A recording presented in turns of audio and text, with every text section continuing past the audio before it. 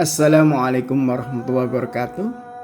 Berjumpa lagi dengan Bro Anang Subur SKM MPH dan Cak Nang Musim Gaul. Al-Quran menjelaskan tentang referensi perilaku manusia itu seperti apa. Informasi Al-Quran manusia berperilaku berakhlak memakai pedoman atau referensi seperti apa. Pertama, kalau kita tabulasi, Al-Quran menjelaskan bahwa manusia itu dipunyai kemampuan intelijensi sehingga dia bisa menggunakan ilmu pengetahuan dan teknologinya, yaitu pikiran dia. Dan juga pengalaman hidup sendiri nenek moyang, adat istiadat, kearifan lokal juga masih pikiran.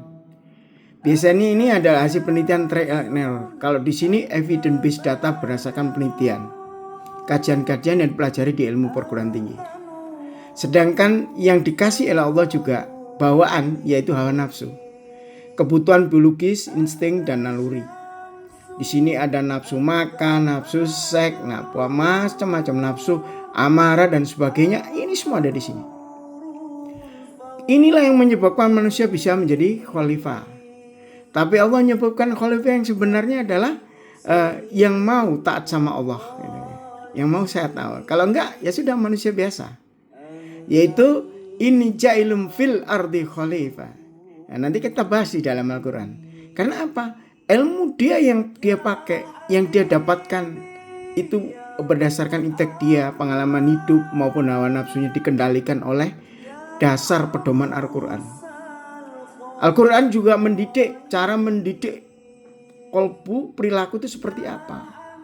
Di sini ada diklat knowledge, pengetahuan, praktis, attitude dan sikap itu ibadah sholat dan ibadah yang lain, terutama sholat.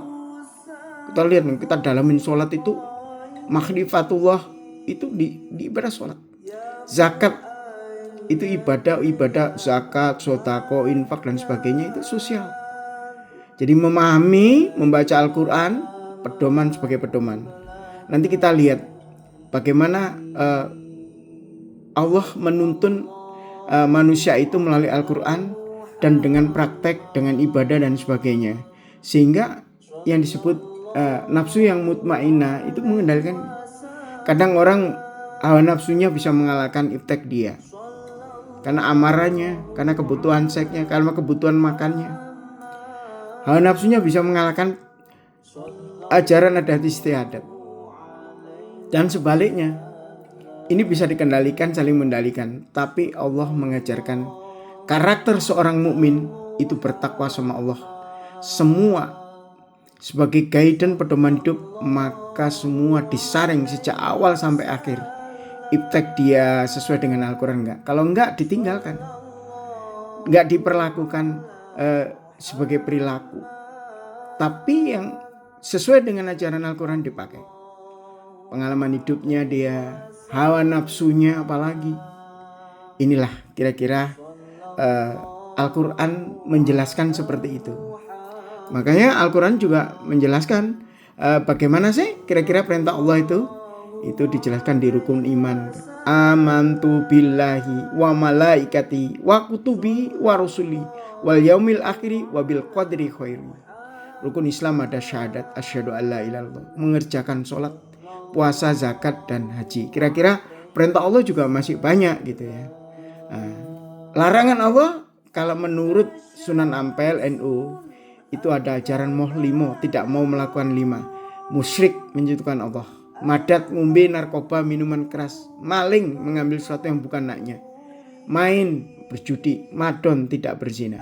Belum masuk fitnah, hibah, riba, bohong, menipu dan lain-lain. Masih. Oleh sebab itu kita harus belajar selalu membaca Al-Quran. Demikian ya bro ya. Mudah-mudahan bermanfaat. Matur selangkung, terima kasih. Horas. Wassalamualaikum warahmatullahi wabarakatuh.